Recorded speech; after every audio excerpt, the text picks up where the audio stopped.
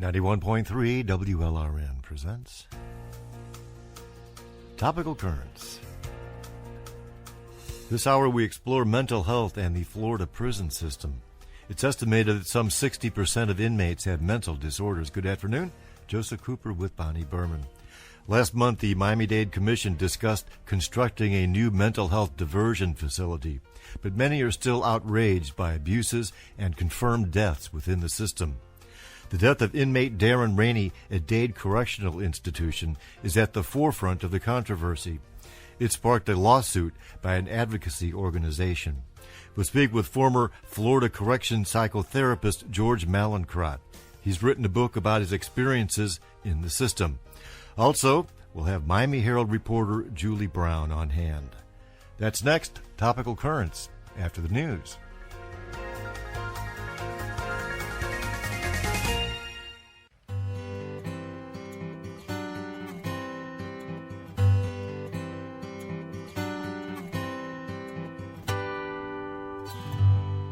And 7 minutes before 1 o'clock, it is today's Topical Currents.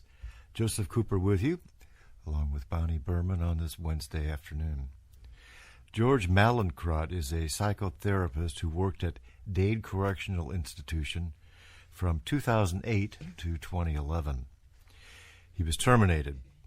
He recently published a book called Getting Away with Murder, which preceded the notorious 2012 death of inmate Darren Rainey. And we'll hear George Mallinckrodt's story shortly.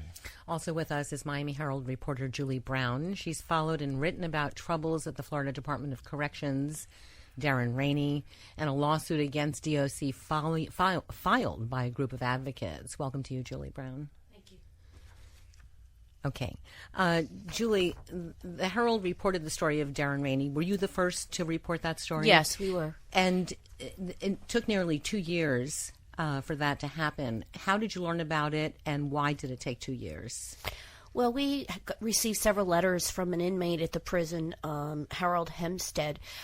He had been haunted by this story ever since it happened. He had been afraid to speak out about it prior to that time because he was at that prison. He thought there would be retaliation against him if he spoke out. So he waited until he got transferred or felt in a safer place that he wouldn't be retaliated against. And he began writing letters to the Miami Herald about it, and also sending us documentation of some of the complaints that he had forwarded to the FDOC's Inspector General, describing the events that happened to Darren Rainey. And they were just so chilling and so detailed with so many names, and it just seemed like something we needed to look into because there was too much detail for someone to have made up something like that. It was such a horrible death to be scalded to death in a shower, allegedly for punishment for soiling his cell. Is that correct? Well, we don't really know. The medical examiner hasn't issued a ruling on the cause of death, but after 2 years, there's no medical examiner's ruling. No, and we, all indications are that this case was not treated as a possible homicide from the get-go. It was treated as a death, in custody death, and it wasn't really seriously investigated either by police or the medical examiner. By the way, before we go on, I want to, for the record, our Topical Currents producers contacted representatives of the Florida Department of Corrections. We invited them to participate this hour, but they did decline to participate. Bonnie? Okay, Julie, I was just going to say, you said he also forwarded his letters to the FDOC, and they did nothing. Well, they would send them back just cursory responses saying you haven't provided enough information, or we are looking into this, that kind of thing. But of course, this is 2 years later, and after receiving the documents which we requested upon deciding we were going to launch an investigation ourselves into this, we realized that there was very little done on the part of FDOC to look into what happened. What is the main thrust of the lawsuit filed by Disability Rights Florida? Its main thrust, and also Holland and Knight is also involved in that suit. Is that correct? That's correct. The main thrust is really not monetary. It's really to get an injunction to get a judge to, quite frankly, order them to do a lot of things differently with the mentally ill in their care than they are now. They live in conditions that are quite quite awful. Air conditioning problems there, where these inmates don't have air conditioning, plumbing, leaking roofs. I mean, George can talk about this. I'm sure he's seen the conditions firsthand. And it's a little south of Homestead, so it's definitely hot in the summer. Yeah, out in the Everglades, and it's a terrible situation. I mean, they're already suffering from mental illness, and to have them in these sweatshops, so to speak, and really confined for a good portion of their day is just something that I think that they would like to change. Let's bring George Mallinckrodt into our conversation. George, I just thought maybe we'd begin with a little of your background. You were a psychotherapist and with the Dade County Public Schools prior to this. And private practice as private well. practice? Yes. With Dade County, I worked with Bertha Abbas Children's Center. I counseled severely emotionally disturbed and emotionally handicapped children in a middle school setting. Yeah, your stories of them were pretty horrible, too, and then they closed that. Well, as we know, the school system ran out of money, and so all the private contractors were essentially fired along with their employees. So what made you want to work as the mental health specialist in the psychiatric ward? I actually didn't. It was an economic decision because, as you know, the recession was in full swing, and there were very few jobs out there. So when the prison offered me a job, I thought, how bad could it be? Now, was that with the prison, or was it an outsourced mental health service? It was Corizon. Actually, it was another company before Corizon, and they offered me the position of mental health specialist. So what did your job entail, and how would you generally describe your patients? The job entailed doing individual counseling, group counseling. My patients committed a wide range of crimes. I think I counseled every single variety of crime imaginable, from people who were there for life, for first-degree murder, to people who were there for drug possession and they may have had a very short sentence. I counseled child molesters, rapists, bank robbers, grave robbers, pretty much covered it all. And what kind of psychiatric disorders? Well, it ranged from pretty much your basic depression. Prison is definitely not a happy place to be. Anxiety, paranoia. I had a lot of people on my caseload that were severely delusional, paranoid schizophrenics, people that basically, in retrospect, we wondered, how did these people end up in prison? People that were so chronically mentally ill that the staff, we just were shaking our heads constantly. Well, that's my question. Why were they in prison? I think it's a combination of things. As there was less and less funding for community mental health facilities or mental institutions, those places closed down. So the mentally ill were left to basically fend for themselves. And some of these people couldn't hold down a job. They had no place to live. So they might get picked up for petty crimes, shoplifting, breaking into homes. I mean, they're just trying to really survive. Right. And so then they end up in the system.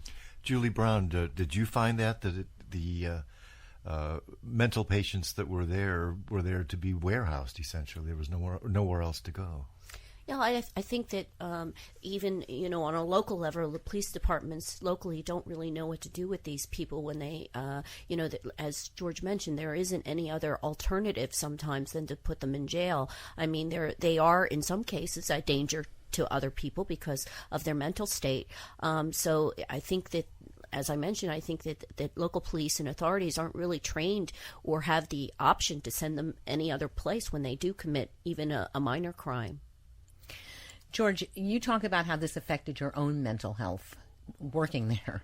in a way. I mean, you became a different person, basically. Did you not? Most definitely, most definitely. It seemed that there would be a pall that would come over me every day, and I couldn't find a way to get past that. Family and friends noticed that I became darker, and I just, quite frankly, just kept going and going and going, and from an early part of my tenure, I knew I had to get out. But I had no place to go. There were no jobs, so I was in a really bad situation of just having to soldier on. Just how big was your caseload?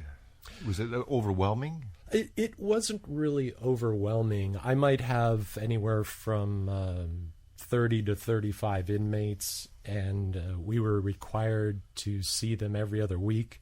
When they came in initially, we saw our new intakes of 4 weeks in a row, and then they went on the schedule for every 2 weeks. So it wasn't overly demanding. In fact, I'm extremely efficient with what I do, and I was able to basically do the 40-hour-a-week job in about 25 hours. And I had a lot of free time on my hands. What were those sessions typically like? Well, for the inmates who were capable of coming out and actually being in a room to have a session, sometimes they were very generic in a sense. It would be, hey, what's going on with you? And then I would see the same issues time and again. It'd be, and they had to be there. Yeah. Well, they were required, but they could refuse psychotherapy, and the same things kept coming up time and time again. What's happening in their family? The guards are missing with their head. The food is horrible. They've got an appeal going. It's not like when I was counseling out in the world where somebody would come back a week later and any number of things could happen. So it was a very small range of events. When did you become aware of the abuse that was taking place? How early on? When I first got there, they may as well just drop me off on another planet. I was completely out of my element. And I was seeing abuse, but I wasn't categorizing it as abuse. I saw harsh cell searches where inmates' property was destroyed. They would throw their radio in the toilet. They would rip up family photos.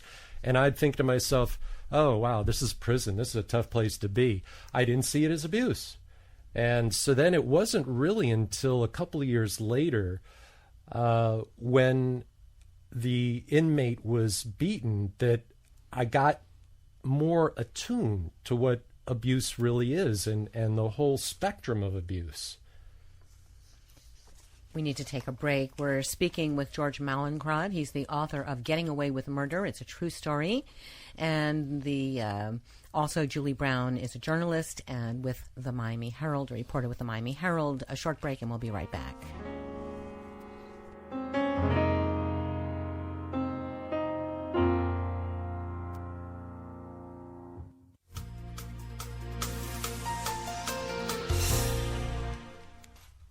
And welcome back to today's Topical Currents. Joseph Cooper, Bonnie Berman, and we're talking with Miami Herald reporter Julie Brown. Also, George Mallinckrodt is a psychotherapist and the author of Getting Away with Murder, a true story. And by the way, the official book launch of Getting Away with Murder is this Sunday, November 2nd. It's at Books and Books in Coral Gables at 6 p.m. So, George, just getting back to the abuse for a minute, you say that more often than not, your attempts at actually helping your patients were thwarted by unit protocols, lazy guards, and the indifference of the Department of Corrections itself. Would you explain that?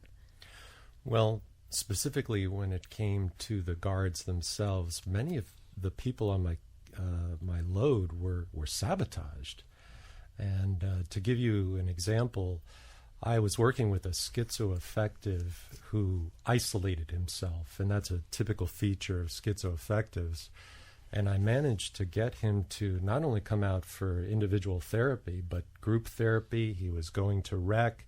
He started to read. He started to engage in as many opportunities as the unit afforded. One day he was going out to rec, and apparently guards took issue with something he had in his pocket, and he resisted. And the story was that these two guards that probably outweighed him by 250 pounds grabbed him, smashed him to the concrete floor, opened a gash in his forehead that required a number of stitches. And from that point forward, he, for at least a month, wouldn't talk to me at all. And then some weeks after that, he was out in the day room. They were taking him to medical. And I walked over and I said, how are you doing? What's happening? He made a sudden move. He lowered his shoulders and he ran right into me, and he knocked me back. He knocked me in the chest and knocked me back several feet. So, for my efforts, an inmate attacked me, and I've got to attribute that to the guards. So was there any structure in place for him, for example, to report abuse, or is there too much fear, the culture of fear, that no one would report this? And did you report it? I reported the beating, but as far as inmates reporting abuse, the only way they can do that are through grievances. And quite frankly, those are about as valuable as toilet paper. I've never seen any grievance seriously taken. And but they do report it. But the other problem with grievances is when they do report grievances, these inmates are often retaliated against. Exactly. Because they have to hand them to the very guards sometimes that they're complaining about. So I hear stories all the time about grievances that they're sending, that they allegedly write, that aren't on the book, so to speak, because they get thrown away essentially. Right. Mm-hmm. So under what circumstances were you fired from there?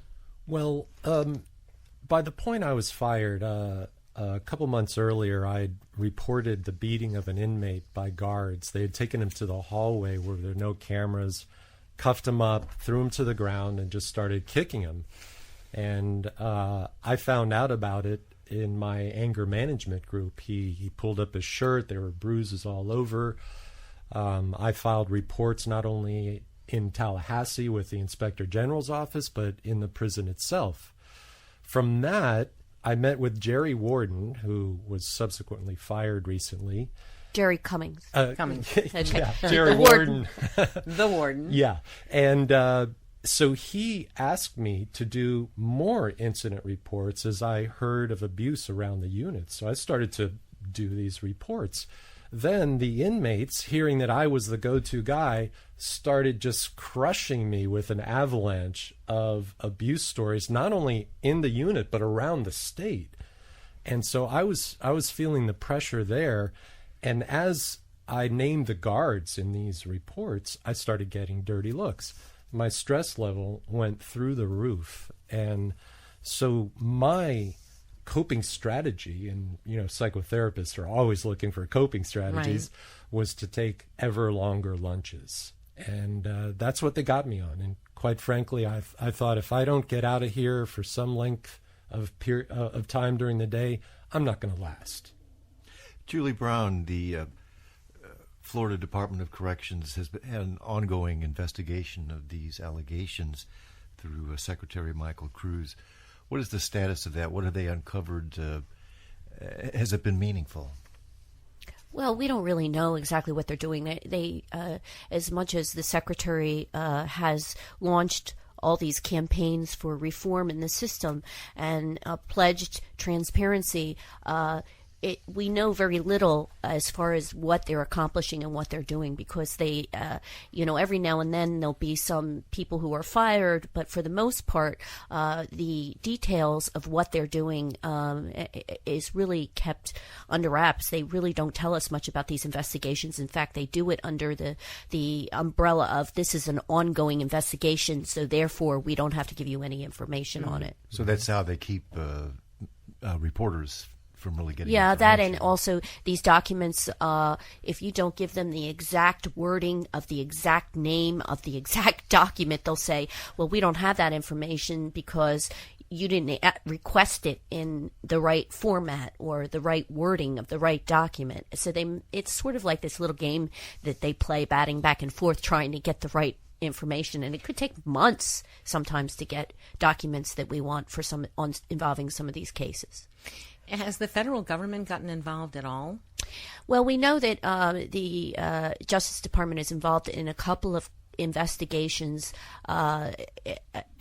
isolated investigations involving corruption in a couple of prisons. But for the most part, we don't really see them getting involved in a comprehensive way involving these, even though we believe anyway, from what we have seen, that there is a pattern here, a systemic pattern of abuse and problems within the system. I know of one investigation at Swanee Correctional Institution. FBI agents came in and interviewed inmates. However, I know from relatives who have people there that they said the guards coached them and said, listen, if you say anything to those FBI agents, there's going to be hell to pay. Aye. And so the FBI agents came in for the dog and pony show, Right. and they left with whatever conclusions they have. But you can be sure those inmates stayed silent. What about this audit ordered by Michael Cruz? Why was that ordered? Do you think it was because of your investigation that he Well, ordered? there's no way of really knowing, but I mean, it's obvious it's an election year. The heat is really on Tallahassee with the governor's race, particularly since it's so close race. And I do know that there was a lot of people that were worried about these stories and how it would impact the governor's race. So it seemed prudent for him to announce that they were going to review this, especially in light of the fact that we had been reporting that their reports on use of force, this is anytime a guard uses force against an inmate or an inmate uses force against a guard, have really increased like 90% over the past 5 years. So they have done a recent audit, I'm told, and it's increased again. So they could see where this was going, and I think that he decided that probably they should take another look at what they're doing. But in one of the articles I read, in the last 3 months since your investigation, evidently the excessive force incidents have gone down. Yes, compared to year Yes. on during that 3-month summer period where use of force traditionally, they said, goes up. It did go down slightly during that 3-month period, but overall, Right. with the fiscal year, it being at what it is, it's gone up. You mentioned the close governor's race. I don't believe this has been a campaign issue in that race. Well, it's hard to say. I mean, I certainly get a lot of mail from people that are disturbed about what's going on, and mail from people who have written the governor about this issue. I think it's really hard to say how much it'll impact it, but I do know, because I've heard from people in Tallahassee that he's been nervous about everything that's happened. The Darren Rainey case in particular got an awful lot of play. And then the recent death at Lowell involving a woman who had written letters to her relatives saying that a guard had threatened to kill her, and then she shows up, like 24 hours later, she's dead. That got national attention. So I think that anything like this on a tight governor's race could impact some voters. You know what, I wanted to ask you, that Latondra Ellington case that you were just talking about, this Sergeant Q, you wrote, I guess it was you who wrote, that he has this criminal record. I mean, he'd been arrested. It's like he has a rap sheet. How was he hired as a sergeant or a guard in Lowell?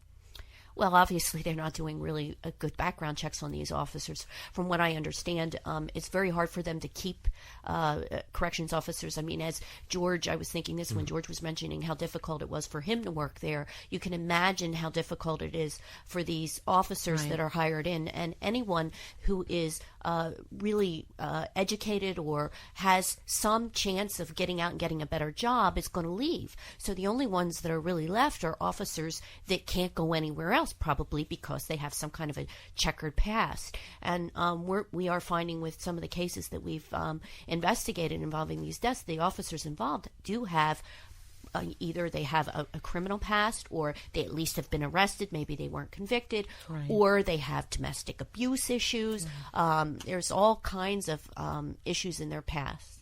That was a horrible case, that Latondra Ellington case. Okay, we're going to take another short break. We're speaking with George Mallinckrodt. He's a psychotherapist, and he's written Getting Away with Murder, a True Story. Also with us is Miami Herald reporter Julie Brown.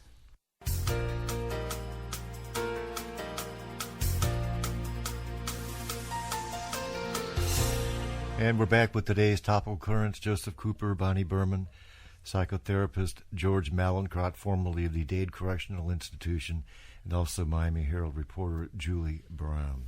If you'd like to join in our discussion, you're certainly welcome. That number is 1-800-743-9576, 1-800-743-WLRN. Also email, that's radio@WLRN.org, radio@WLRN.org. George Mallinckrodt, do you expect to be called to testify in this ongoing lawsuit? I spoke to one of the principal attorneys, and he said if it does wend its way through the system, I might be called to testify. And I can certainly testify to the abuses that I saw. Was Darren Rainey under your care? No, he wasn't. He I wasn't. had already been 10 months fired when that happened to him, and just looking at the timeline, soon after I left, they started to scald these inmates in the shower, which I would call torture. How did they have control over the temperature, the water temperature in the shower? Well, it was Well, I can- broken. They had, it was a broken shower. I've actually seen photographs of it. In that it was rigged kind of from an adjoining kind of mop closet, janitor Most of those closet. type of showers in institutions have a built-in protection on them. Well, this, as I think we mentioned before, this facility is in terrible, terrible straits. I mean, they had the locks that were broken, air conditioning that doesn't work, leaks, all over the place, ceilings that were down, above, a foot above an inmate's head because it was falling. The kitchen was so bad that the auditors that did an audit on it basically almost condemned it because it was filled and infested with vermin and with roaches, and so this facility was in terrible condition. So imagine, you don't have plumbing that doesn't work. I heard at one point that the maintenance people were taking parts from one sink and putting it in another sink. I mean, they were moving parts around because they didn't have the adequate parts to fix everything comprehensively.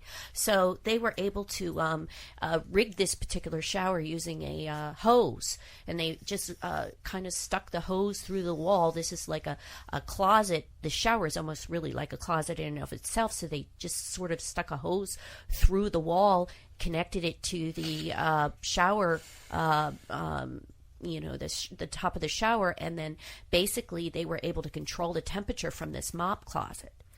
Yeah, that was actually, I've seen how it is.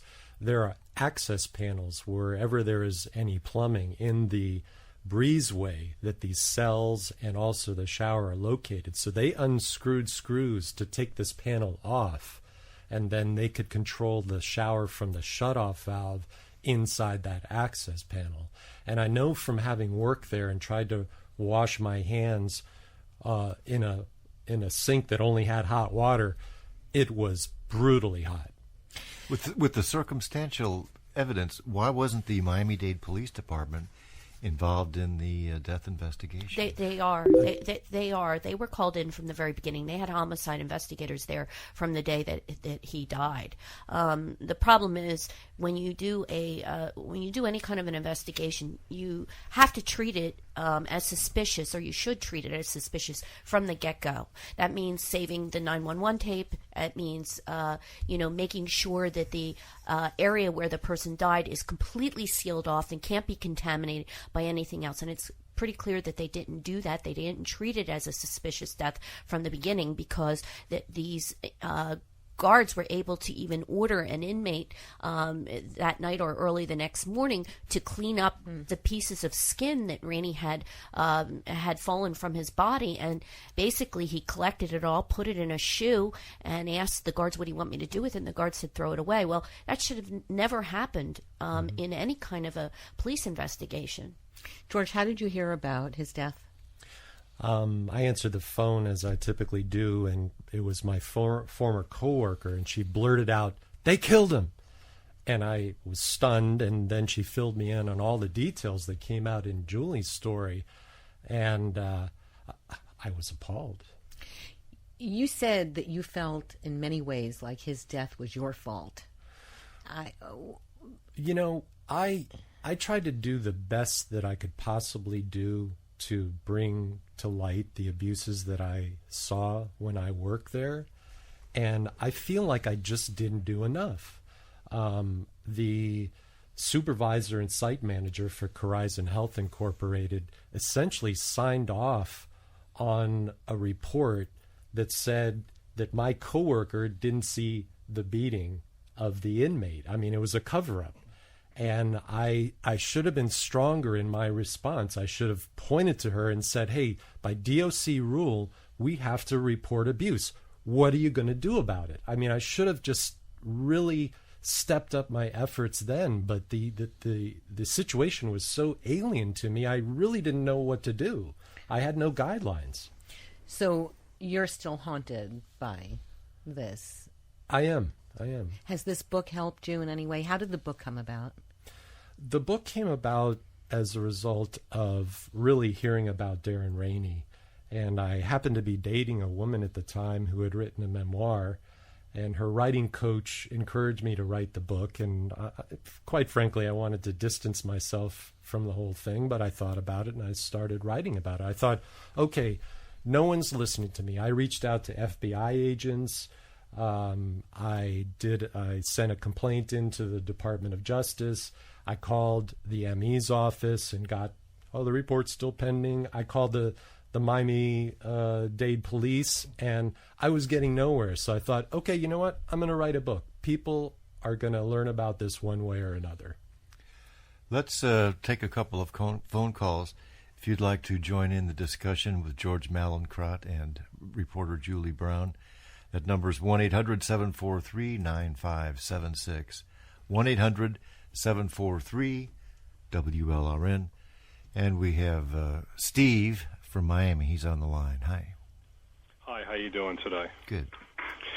This is a general question for anybody that's, on the panel. Living in Miami for so many years, I've seen and heard so much corruption from DOC, politicians, etc. So my question basically is, what's going to happen? Who cares? And at the end, this is not a celebrity. This is not a high-profile person that had a family with lots of money. It's consistent with an inmate or another piece of trash that's now off the street and not part of the taxpayers' money. So when the continued publicity of this goes on and on, what's the end result going to be? I mean, the government's going to change hands, new governor or the same governor. It's evident by Mr. Mallinckrodt that nobody's listening, nobody cares. So what can be done to make somebody care and make people actually, be held accountable from the top down?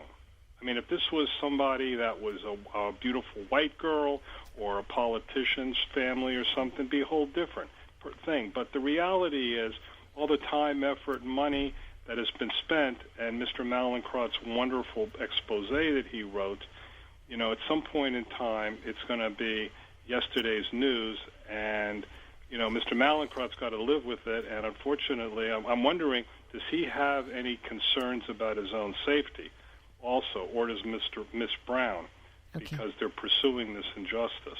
Well, let's ask them.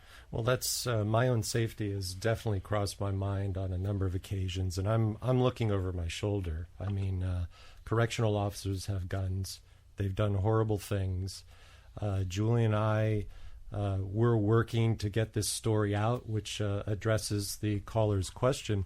We want to educate people as to what's happening in the Department of Corrections, but even to the larger issue of the treatment of the mentally ill in our society as a whole, and how much it's costing us, even locally, to have these people on a revolving door in and out of jails and prisons. Julie? Well, I agree with what George said, and also think about what's happening here is that we're ending up spending a lot more money to fix a broken system, it seems, putting a lot of Band-Aids in a lot of different places, when in reality it's really not doing a whole lot. And I think that unless the public starts holding elected officials accountable, and also, quite frankly, some of these people in elected positions such as state attorneys, I mean, they certainly have the ability to get involved in some of these cases, and question has to be raised on how many times they sort of look the other way. What is this that I heard about the commission approving this new mental health diversion facility? What's that, and what's the status of that? Well, the secretary is hoping to reform the way that they that they do care and confine mentally ill inmates. And but again, I think that you can announce these big, with a flourish, these right. big press releases saying we're going to do this, we're going to do that, and I'm not saying that this isn't a step in the right direction. It could very well be a step in the right direction, but I think that you have to look at the bigger problem here, and the bigger problem really is the fact that the state is not putting enough money into this into the corrections department, that they're almost starving the corrections department. Some people have even accused the governor of doing this on purpose so that he could say, well, our public prison system is failing, so therefore we need to privatize everything. And as we know, it's a very controversial topic, and one that I think the governor would like to see happen. And there's a lot of powerful companies, that private prison companies, that would like to make some money here in Florida, and they're pumping a lot of money, I'm sure, into the governor's race and into local elections. We're speaking, that was the voice of reporter Julie Brown with the Miami Herald, also George Mallinckrodt, a psychotherapist and the author of Getting Away with Murder. And we'll take our last break. We'll be right back.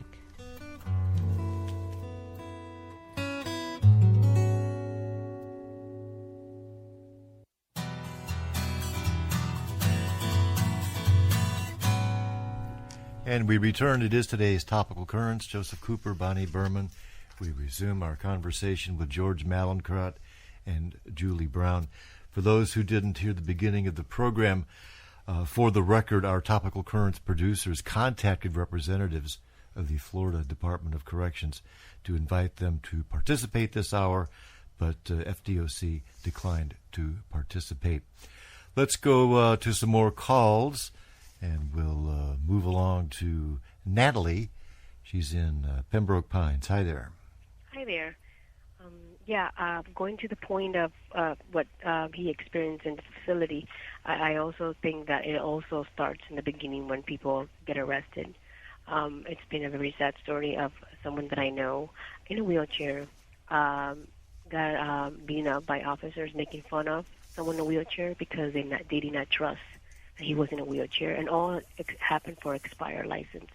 I believe that it's in the beginning of the process when someone is faced with the officers and every agent that has authority, that there are corrupted people out there. And it's really sad because no one believes it and no one really understands it until you live it. You live it and you feel that. There's no justice. There's no justice at all. They just take the word, whatever the officer says. It could be vice versa. But the reality is that if you have proof and you have seen this person beaten up, and then you deny, oh no, you were not beaten up by an officer, it's really sad. It's really sad how life is.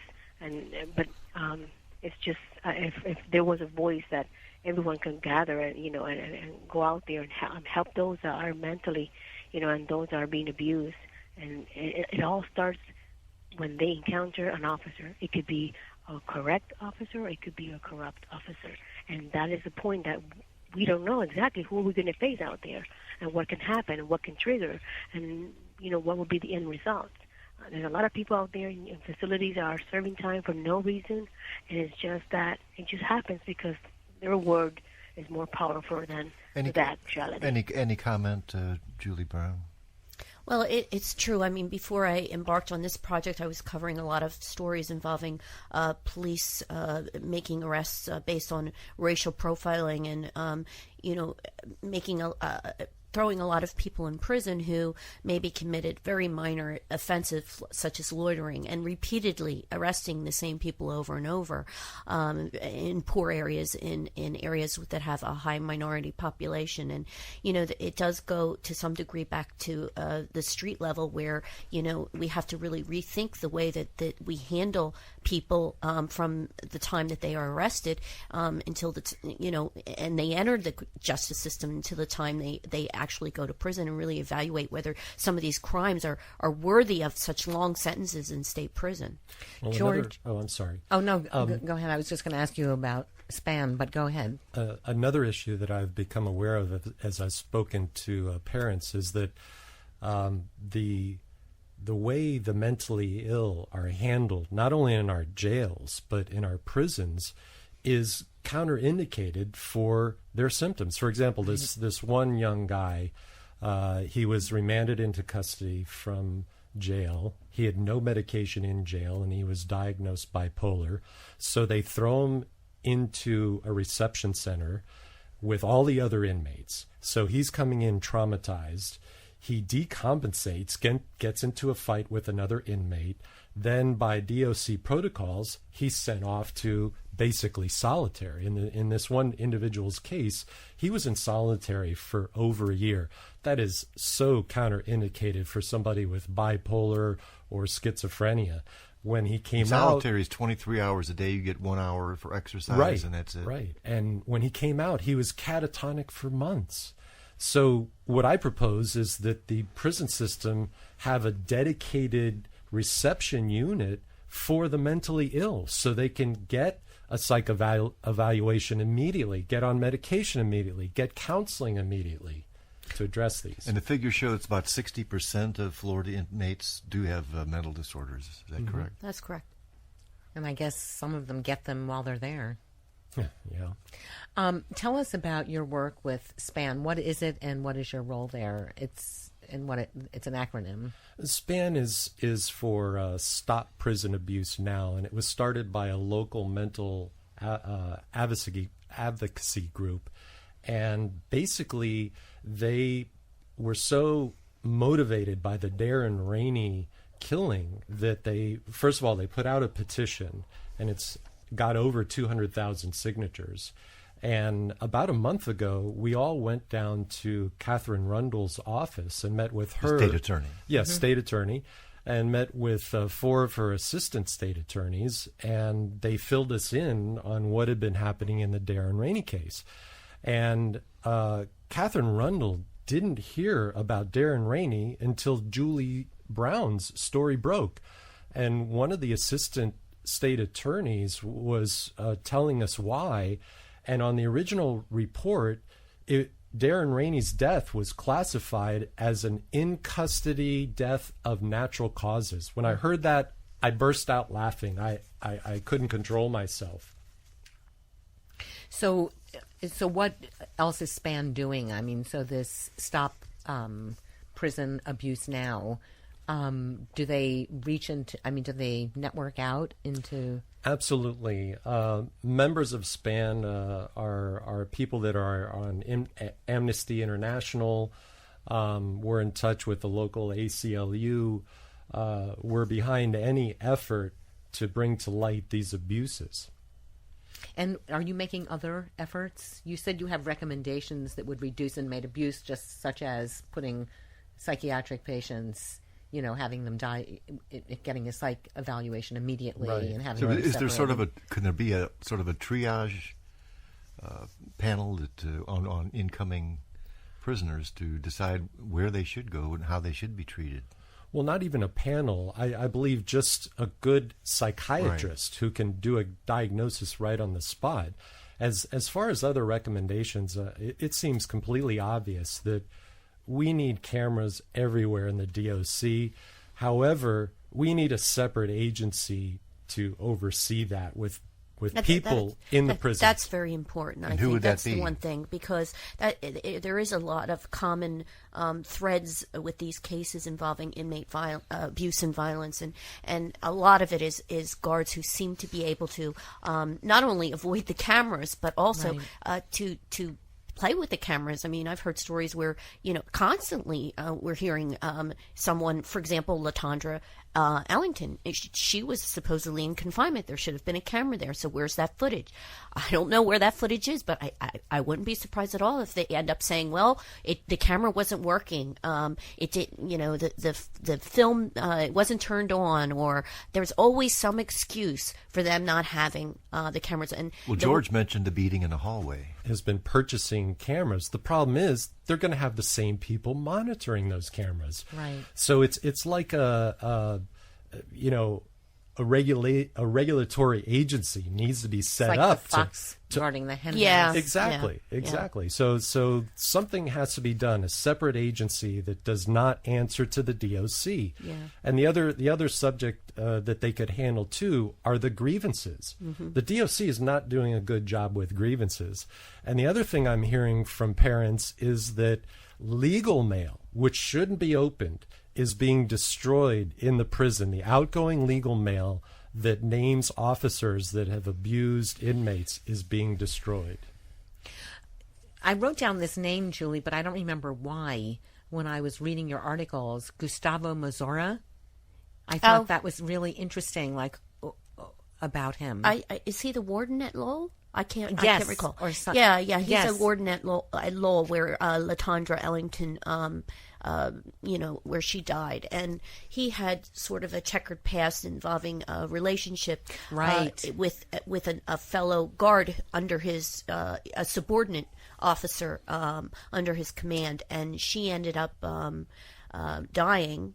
And they think she essentially committed suicide, but it was sort of a messy, torrid kind of affair involving them. And he was, it's typical when there's some questionable activity by some of these wardens or even lower level DOC officers. Often they just get transferred around. They don't really have disciplinary action taken against them. They just get moved around. Yeah, I was wondering about that, if they ever get fired or ever get disciplined.